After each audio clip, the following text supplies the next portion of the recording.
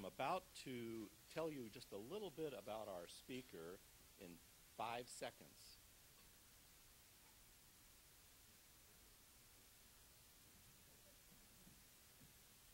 Good morning, Inside Edge. This morning we have William Cloke, Ph.D., Dr. Bill, who is going to tell you about the secrets to a successful relationship and communication. He's been a kind of an experimental and inventive therapist in the LA area for over 30 years. He has a recent book which is Happy Together, Creating a Lifetime of Connection, Commitment, and Intimacy. And from what I understand, Dr. Bill is going to explain that even smart people don't get this right, because the smarter and the more intuitive you are, you do your gut instinct, and apparently things aren't, some things are counterintuitive. So, Dr. Bill, could you come up and explain what we smart people have to do to get relationships right? Thank you very much. Thank you. It's nice to be here. Such a great-looking bunch today. Lively. Try to get out of the way of this thing. Why relationships stink and what we can do about it is the title. I would probably institute relationships are difficult, and there are a lot of things we can do about it. They're very complicated, complex, multi-layered processes that we experience, and most of you have probably been experiencing them in one way or another. How many married folks here? Pretty much everybody? In relationships? Would like to be in a relationship? Never had a relationship? Don't care. One of those.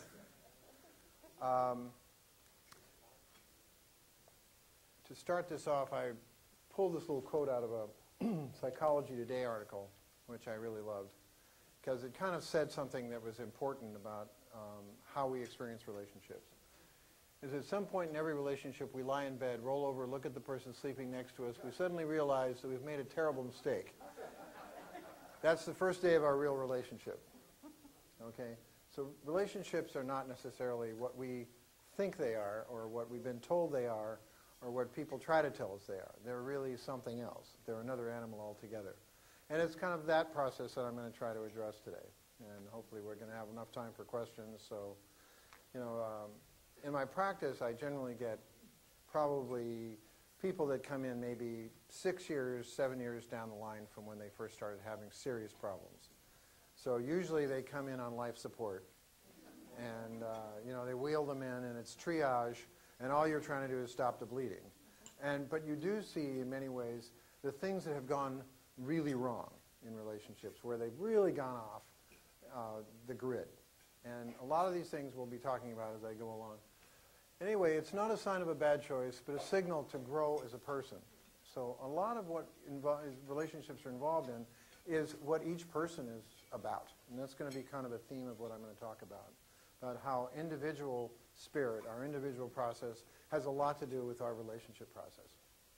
An example, if people are incredibly self-critical, they're going to probably be critical of the relationship. If people are feeling bad about themselves, they tend to they won't talk as much. There'll be, a depression within the relationship. A lot of things like that occur very routinely in relationships. Anyway, this other book was by Christine Meineke, which is called Everybody Marries the Wrong Person.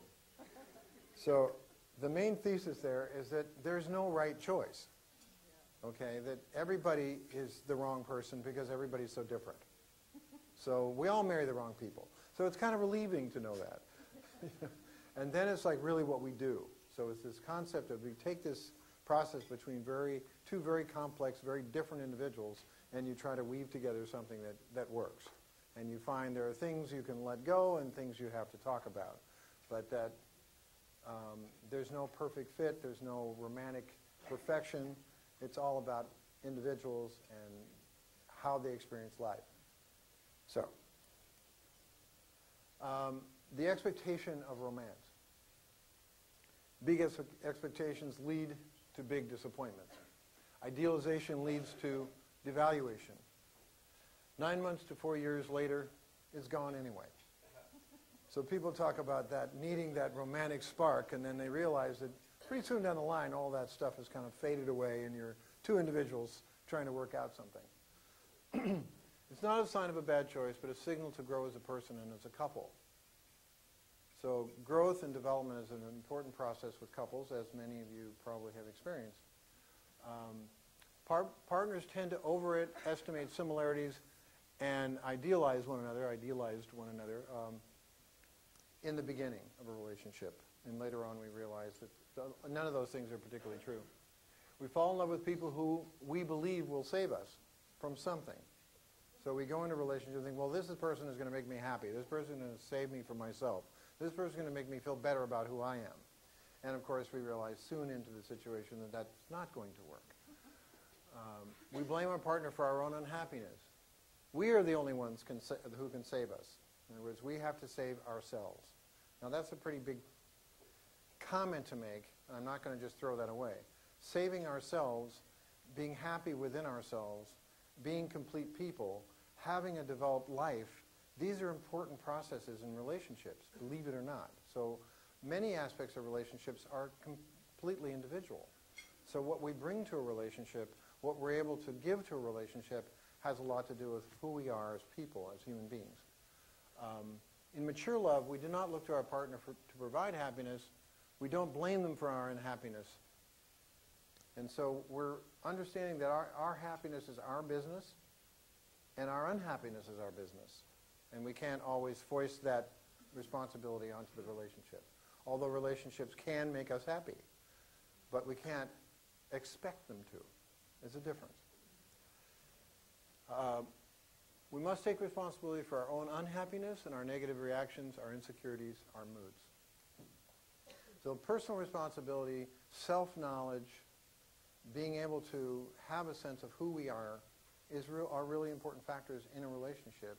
And so as you can see, what I see in my work is an awful lot of personal issues coming into the relationship. Personal insecurities, anger issues, deeper senses of shame and hurt and sadness and pain going on under the surface that erupt and come up in defenses and reactions to various things. Because everybody reacts differently to the same stimuli. So why is that? Well, it's because we're different people. All couples disagree, all couples fight. Relationships begin with romance, then disappointment, and then alienation. Daniel Weil, who wrote a book called Couples Therapy, is a kind of a realist. He's also a friend of mine. We've had long discussions because he likes to think of things much more in real terms, which is how difficult it is. So relationships start out romantically, and then we find disappointment, and then over time we find alienation. We can't do anything about the first two, but we can do a lot about the third one, alienation, which is if we can start to have a dialogue, a sense of communication about our alienation, it then ends the alienation. So even being able to talk about our alienated feelings allows us to come together. So connection is a very important quality in relationships, and establishing and maintaining a connection is really the key. I mean, that's really the essence of it, is how do we keep this connection going between ourselves and this other person while maintaining a personal life and a personal sense of who we are, and how that works in the mixture, in the milieu with another person. So we're talking about something that's really a very elegant dance, and how that process, how we enter that process and how we are in it, and what we bring to it has a lot to do with the way that works, especially in regard to trust, which John Gottman, I don't know, most of the professionals here know who he is, wrote a book called The Science of Trust, and talks a lot about how that gets broken down. When people attack each other, when people are disrespectful, when they're unkind, when there's nasty exchanges, it erodes the essential and the fundamental trust in a relationship. And once that goes, it's very difficult to get it back. So how we treat each other, and Gottman talks about nice exchanges as opposed to nasty exchanges. So the nicer our exchanges are with our partners, the more we are able to be nice. And we talk about nice as sort of a cliche, but it's actually not. So being able to have a nice process with someone and being able to do that in the midst of something that's bothering you, that's a real trick. And I'll talk about conflict in a minute. We all have different wants, needs, feelings, desires. Differences do not mean incompatibility. So couples come to me and say, I think we're incompatible. And I say, well, why do you think so? And he said, because we disagree. I think, well, everybody disagrees. So compatibility is really not the issue. It's creating compatibility. So you start out with two very different people, and then you have to work towards a compatible way of being together, where you're able to give certain things and allow for certain things. And I was just talking with our cameraman over there about, how, he was telling me how as he's gone along in his relationships, a lot less things really seem to bother him, And I was saying, yes, that happens because we learn how to, take the big things on and let a lot of other things be a part of just being individuals in a relationship. So these are a lot of small things right now. I'll get to some of the bigger issues coming up. Relationships are not about finding the right person. They're about being the right person. Okay? And I don't say that lightly because relationships are in many ways based on who we are. So if we're the kind of person who walks around with a scowl on their faces, is in a bad mood, bad attitude, angry, critical, mean-spirited, we're probably not going to get loved for that. Big shock, right? We're going to get loved because of our ability to be kind, our ability to be caring, our ability to be compassionate, supportive, helpful. And I say this, and everybody knows what I'm talking about. I mean, everybody's here saying, yeah. And saying, well, how is it that we're not able to do that? I mean, we all know what the right stuff is. How come we can't pull it off? That's the trick. That's what's interesting about relationships. Is that we know if we're nice and kind and caring and supportive and loving and sweet and helpful and giving and all that, works like a charm. But try it on a daily basis. Not so easy. The willingness of both partners to be open, vulnerable, and able to listen. Both partners are willing to stand up for what they want and need. This is an important component because a lot of times in relationships people don't stand up for what they need. They don't make it important what is important to them and what they need in a relationship. So it's very critical that people stand up, that they fight for what they want and fight for what they need in a relationship. Because if they don't, then they're going to resent their partner. So it's going to happen slowly, it may happen over time, but the resentments will come. So it's important to remember to bring up those things and to fight for those things that we want that are important to us in a relationship. Because if we get them, we're much happier. So it's an important quality. A willingness to turn criticisms into complaints and complaints into requests. That's a shocking bit of news because a lot of us are quick to criticize and it's not so easy to create a complaint out of a criticism. And I'll go through this a little bit later because there's a difference between the two. As you probably, just from the words, you can imagine the difference.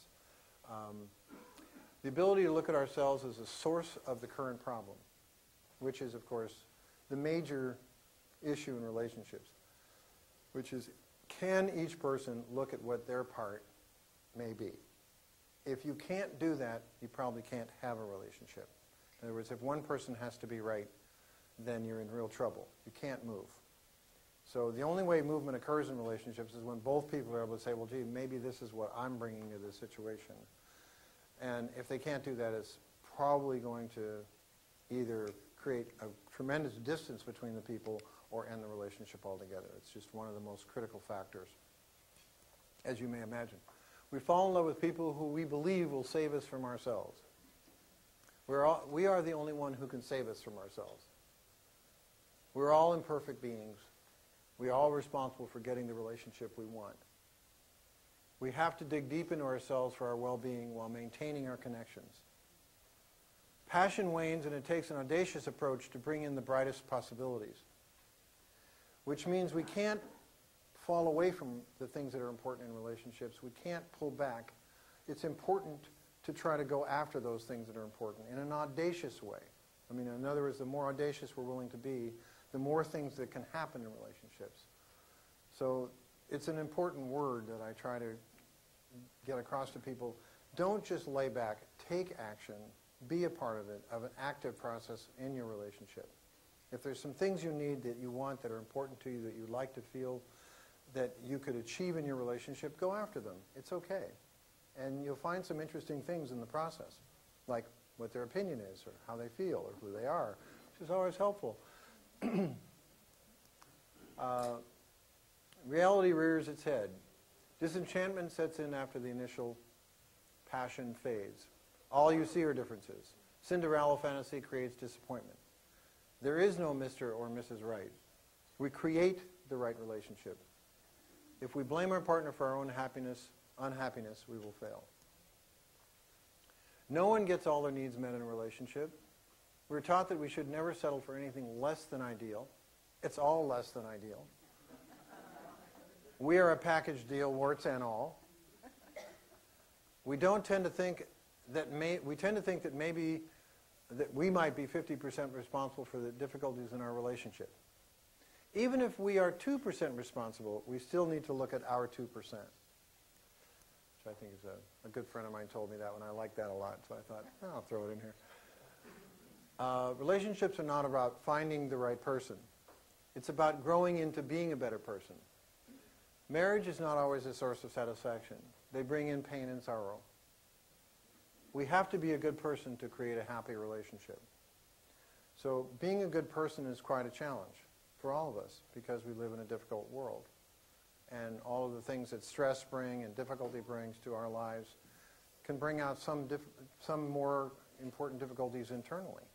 So these then become a part of the relationship, and we have to learn how to bring in pain and sorrow and difficulty and struggle into the relationship and allow that to be a part of how we become closer to another person. The same way conflict can function as a source of intimacy, which is one of the aspects of my book, is how to use conflict as a way to get closer. We always think of conflict bringing people apart, but conflict can really be a part of bringing people closer together. Especially history of sexual... our relationships with others are a direct result of our relationship with ourselves. And you've heard this before, but it's true. As I said earlier on, if we're self-critical, we're probably going to be critical. Think about how are we with ourselves? What's our relationship with ourselves like? Most people are pretty tough on themselves. And so I'm going down into the layers when I'm talking to people and we'll get into stuff that they didn't even know existed. As we know, the person probably has a better view of ourselves than we do because we're too close to the subject. So being in ourselves doesn't allow us any kind of objective perspective. So we can use our partner and our relationship to get that objective perspective, and that's what's really valuable about relationships. Not only because we have to be better people to be in them, but because they provide us that perspective where we can develop as human beings. So when my wife tells me what's going on, I try to listen. And I've been actually married 20 years now, so these things we're kind of working on them at home. And so I figure if it works there, it probably works for most people. So we need other people. To see ourselves clearly, we need to understand our natural defenses: criticism, defensiveness, contempt, stonewalling. These are from John Gottman as well. These are the things that he calls the 4 horsemen of the apocalypse. Okay? If we're doing one of these things, probably it's not working. Highly critical couples, highly defensive couples. And stonewalling has to do with people that shut down, that don't talk. You know, you say something and then boom. That's the end of the conversation. So those things tend to create processes where nothing gets resolved. Okay? Yelling, anger, sarcasm, denial, lying don't work so well. Happiness is an inside job. What we need to do, be supportive of our partner's dreams and struggles. Be a good listener. Validate. Acknowledge the other during discussions. Be fair. Tolerant. Responsible. Considerate. One of the processes I use in terms of... I see some people yawning. Better speed up here. One of the processes I use in conflict resolution is a 5-stage process. And I'll go through this really quickly because I'll get to the end so you can ask questions. But the first thing is when you're in an argument, when there is a conflict, cool off. Take 20 minutes. I tell people, time out. Take 20 minutes, think about what you're going to say, come back to the situation. When you're in the situation, one of the most important little tricks is simply to acknowledge and validate the other person. which doesn't mean agreement. Okay? But oftentimes people will say something and then the other one immediately starts their point, and then they start their point, as opposed to saying, you know, I heard what you said, and you were telling me that whenever I do X, Y, and Z, it really bothers you, and I understand why it bothers you, and I'm going to really try to do something about that. Now, where is the conflict going to go from there? That's the end of it. Just by acknowledging 90% of the time takes it away. Because women say, you don't listen. How many hear that? Anybody hear that? Anybody hear that? You don't listen. You don't listen to me. What do you mean? I listen all the time. What are you talking about? You know, but in reality, they're not listening because they're not letting them know that they're hearing what they say. It's really critical. So these are kind of important little myths. We have lots of myths about relationships. Family myths, marriage myths, child's myths, sex myth. These are things that we function with in our minds with a lot of idealization about romanticism or expectation of romance and all these kinds of things that are difficult. Not that there's anything wrong with romance, because I think it's a great thing to continue to do in a relationship.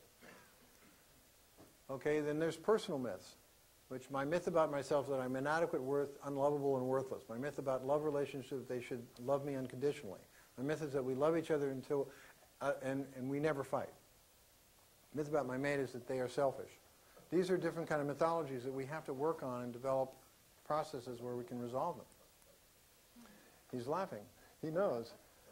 The ability, what makes love? The ability to not listen but give feedback.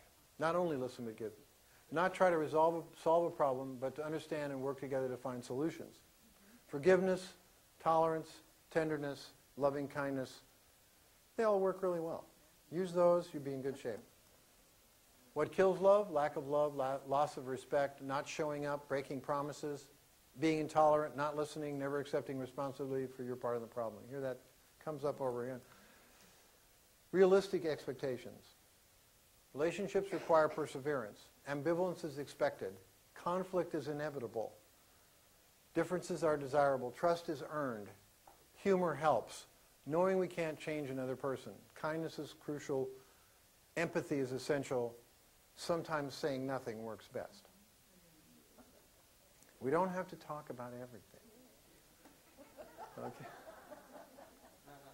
Okay. We don't. I hear you. Okay. What to do in a fight? Cool off. This is one thing I talked about a minute ago. Take time out and think about what is going on with you and your mate. Acknowledge, validate. Does not mean you must agree. What is the problem? Try to define what the problem is. And then, what can each of us do to make it better? Try to do those things you've agreed to. Once you do get a plan, push for production. Get in there and do that thing you say you're going to do. Okay, we're getting... The goal of conflicts are to deepen intimacy, no hitting below the belt, no injustice collecting, no taking it out on our partner, no nasty talk, no bringing up the past, no blame, no shame. Sound good? Sounds great, huh? Try it. People say, well, we come in your office and it works well. How come we can't do it at home? I say, because it's hard. Complaints. There's a difference between a complaint and a criticism. Complaints are about what we need and feel. Complaints are personal to us, not the other. Complaints allow the other person to succeed in the future because the complaint is, next time, could you do it this way? Okay? As opposed to, you know, you've done it wrong. You didn't do this, you didn't do that, you didn't do this, you didn't do that. And that always, you know, drives people up the wall because there's no way out.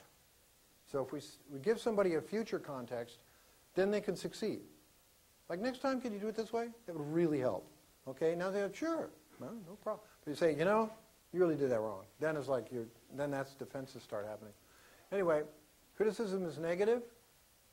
It's in real time. It's about something being wrong. Criticism is a defense. You feel trapped. No such thing as constructive criticism. Complaints that become requests are considerate and our roadmap to a better future. Resolutions, negotiate, find a place where you can be comfortable. Being kind is better than being right. Compromise is not a dirty word, but it also has to include each person and not all of what everybody wants. We are no prize either. The ability to look at ourselves as the source of the problem is more likely we'll be able to resolve the issue. Happy people make better relationships. Understanding that we're all difficult people is important to building a realistic concept of relationships. We are all difficult. No such thing as two people who are meant for each other. It's all a matter of adjusting and adapting. Quotation. Oh, the comfort, the inexpressible comfort of feeling safe with another person, having neither to weigh thoughts nor measure words, but pouring them all right out, just as they are, chaff and grain together, certain that a faithful hand will take and sift them, keep what is worth keeping, and then with a breath of kindness blow the rest away. And here's my little book, and here's the, if you want the website. I have a lot of things on my particular website, BillCloke.com. There's a lot of articles, so you can go in there and read stuff. It's all free. And on the book, there's other interviews that I've done, television, radio stuff. It's on the book site. And that's it. Thank you very much. Try to make it painless. Thank you.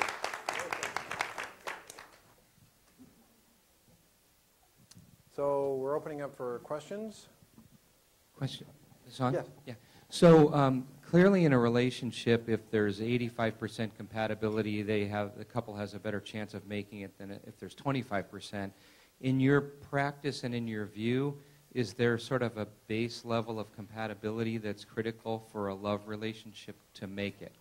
Well, I think one of the most important qualities in a love relationship in terms of compatibility are shared core values. That we want to build values, but also we have that if we don't have core shared values, it's very difficult to be compatible. So that's a very important critical component of most relationships that people don't think about. Do we come from the same world? Do we come from the same culture? Do we have the same values? Because values are really, really the structure that kind of drives behavior. And so that's one of the most important qualities that look for in compatibility. Yes, sir. Yeah, my name is Scott Hunter. I'd like you to comment about an observation. That is, for a long time I understood all of that, and yet none of my relationships worked. Mm-hmm. And it didn't until I got to what I consider to be the bottom of the problem, which is human beings are dominated by the voice of their ego. Uh-huh. And in the world of the ego, you're over there, I'm over here, we're separate, and you're the enemy. Uh-huh.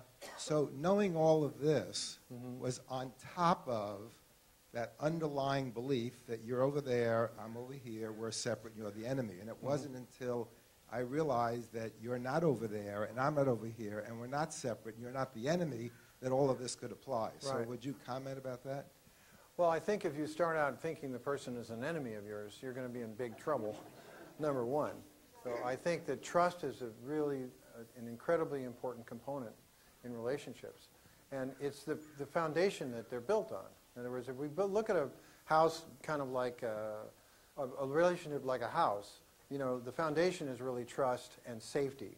And being able to feel that our relationship is a safe haven, that we are safe there, we are with someone who is with us, who's a friend, who cares about us. Just like friendship is a really important quality in relationships, as most of you know who've been in a relationship for many years, that friendship is really an incredible component. If we can't be friends, if we can't trust each other, and we can't feel safe with each other, we're really in trouble. So it's a serious problem when that's the case. I don't know who got the microphone, I guess. So just pass it to the next person. I disagree with one of your statements, but maybe you could clarify that for me. Well, yeah. A criticism, oh no. We'll work on that, yeah. I'm complaining. Yeah, you mentioned that if you're hard on yourself in a relationship. So, that's a good point, thank you. Well, I did this, so you're going to do that for me, because I did that for you. It starts to fall apart. Right. You can't be, making checklists. It's all kind of, you have to bring in some flexibility, and flexibility is really important in relationships, kind of being able to go with the flow and flex, and it's not all going to work perfectly. So another thing is to accept that it's not a perfect system, and so you may be giving a little bit more at one point, and they may be giving more at another. Yeah, I want to speak something for the longevity excuse me, I want to speak something for the longevity of relationships. I didn't know, I'm in my second marriage. I don't know how it got to be 26 years, but it has. And sure, we do have problems all the time, but in the beginning, I thought this would be impossible to sustain. I don't think I can do this. Over time, the partnership became so deep, and the friendship so deep, and the love transformed into something else, so that I can't imagine not having this depth and quality of relationship in my life, and I admit that I would feel very lost without it. You haven't spoken very much to longevity, but there's some kind of an alchemy that seems to me to occur over time, Right. as it's not a matter of planning these things so much anymore as it is genuinely just being there in the relationship and caring. Right. That's a beautiful point. Yeah, I'm in the same sort of awe about the length of time that I have been with the same person and how much we depend on each other, care about each other, support one another, help each other. We're helpmates, we're support mates.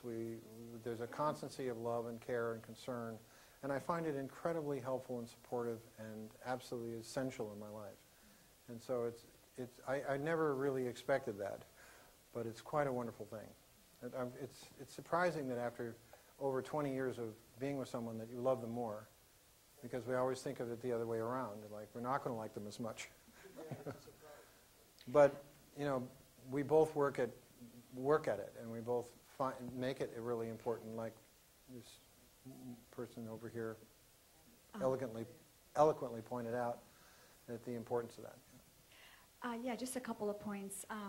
One is, how much truth is there to the comment that you might have heard that, say you are in a disagreement and you are in a conflict, that the person who's doing the majority of the talking is the one that has the problem, or the one that is the wrong, or whatever you want to label that. That's one point. And then would you please talk a little bit more about the importance of listening versus talking? Aha.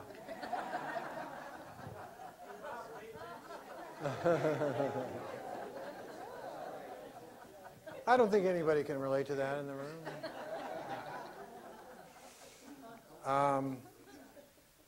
Well, I think usually the person doing most of the talking is probably the person who's trying to be right, which is probably the person who feels the worst, or probably would be the person who feels the worst about themselves. Because if they're trying to prove it that hard, then that's getting more involved in trying to defend against something that's going on inside. The inability to listen is due to the same problem.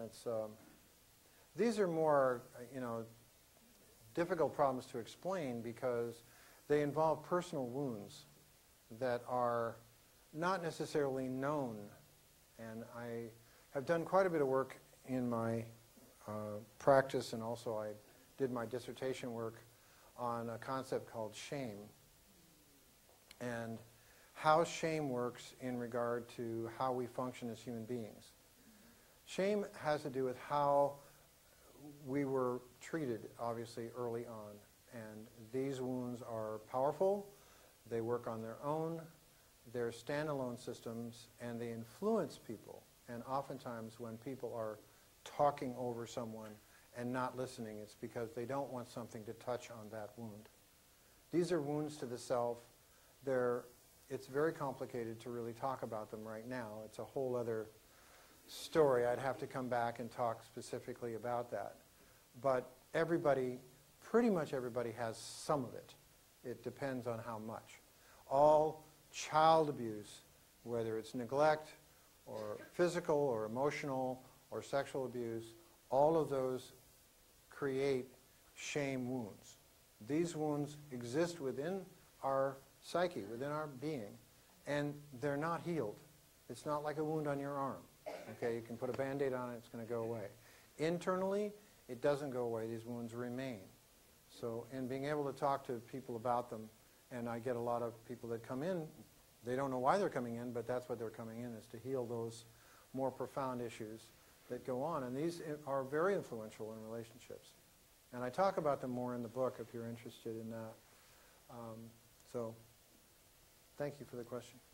I look at the biology of relationships, the biology of people, and how things affect us in our biology. Helen Fisher came up with a 3-step process for falling in love.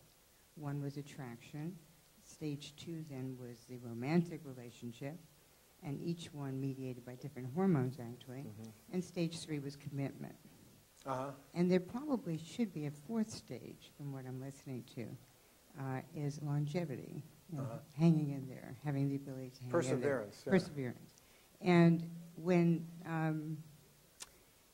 without that commitment, relationships die off. They don't continue on. There's not that romantic intensity. There's no way that you can sustain that. And I think they looked at it and said 14 months.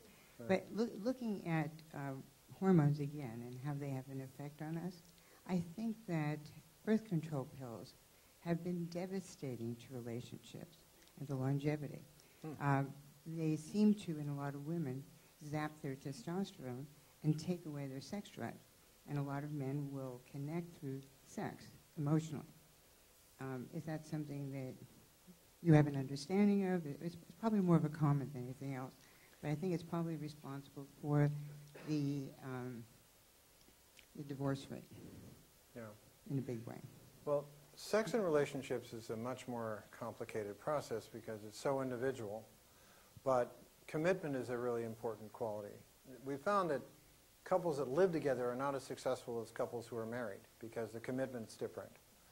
So the stronger the commitment, the greater the success factor you have in a relationship. As far as birth control pills and loss of sexual interest, not entirely sure about that study, but it's interesting. But I think menopause certainly is an issue in regarding sexual, activity. But it can also be, you can work on those too. But sex is a very, when one person is the one who says yes or no, it makes it much more difficult than people who are kind of being able to make a space and time to have relationships and they kind of work on it together. Oftentimes I feel with couples where one person says, if I never have that again, I'd be too happy. Then you have a real problem because if the other person does, then where are they supposed to go? What are they supposed to do with that? So it makes it much more difficult. So being able to be compatible sexually is very, I think, critical for couples, especially younger couples. Later on, it's not as much of an issue, I think. So. Dr. Bill, it's 8 o'clock, and we're going to have to get to our table process. One more? Well, actually, I have one even before you. Then, in that case, I've got a microphone, too. You mentioned that the chemistry lasts 6 months to 4 years, and I've never had a relationship over 3.5 years. So could now you know why. To me and give me, I want to live under this myth that it can go on. Could there be an exception to the rule in this case? I mean, or is there anything you could teach us? Your I think the intensity of it will die down. There's a study that's been done scientifically where 10,000 years ago it was important for a woman who was with an infant to be able to have someone with her or she'd probably be eaten by large animals. So the nature kind of developed this pheromone oxytocin process where we get this really powerful sexual interest in the beginning of a relationship. But after about 3 years, which is the length of time it took a child to get strong enough to keep up with the tribe who was running after animals themselves, so there's a scientific aspect to it. But we can make our sexual process very satisfying without necessarily it's going to be as intense, but certainly the endorphin process that takes over can be quite enjoyable and wonderful too. So. Okay, last question. Let's go. Well, thank you. Geraldine. And the question that I had is regarding, when you live in Orange County in California, and we're rated like the state and the county with the highest divorce rate. And is that because of the instant gratification, like if I'm not happy, I'm out of here, or is there something deeper than that? And also, what's going to happen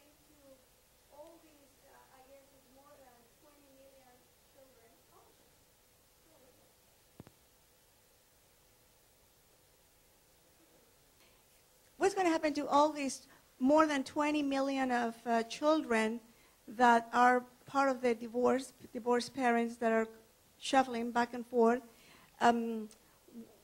What are they going to understand about marriage and their own commitment when they become adults? Thank you. I think a lot of young people now really believe that there's always something better coming around the corner.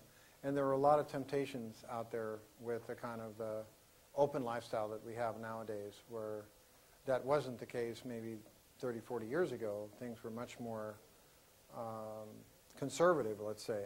So there's a kind of an openness now and an atmosphere of people not being as centered on one relationship as they used to be. Or marriage, they're finding people are marrying much less than they ever did. So those statistics are way down. And I think that it's been a kind of erosion of the family process and generational process. And there's lots of reasons for that sociologically and psychologically. And you know, we can't get into all of them now. But it does mean that there are large groups of children who are in split homes. And it makes it very tough for them, especially if parents are not involved. If both parents live nearby one another, if they're both involved, and they show interest and love for their children, the children will be okay. But it's not the ideal situation. But it's also not ideal to have people in relationships that are hating each other or fighting all the time. So conflict in marriages is probably more damaging than divorce. So you know, we don't always encourage violent relationships or highly dysfunctional relationships because it is hard on the children in an emotional way because the parents are really not there. But you know, helping young people to get along well, to be able to negotiate and work together is very important. Anyway, I think that's it. Yeah. Thank you, Bill. Thank you very much.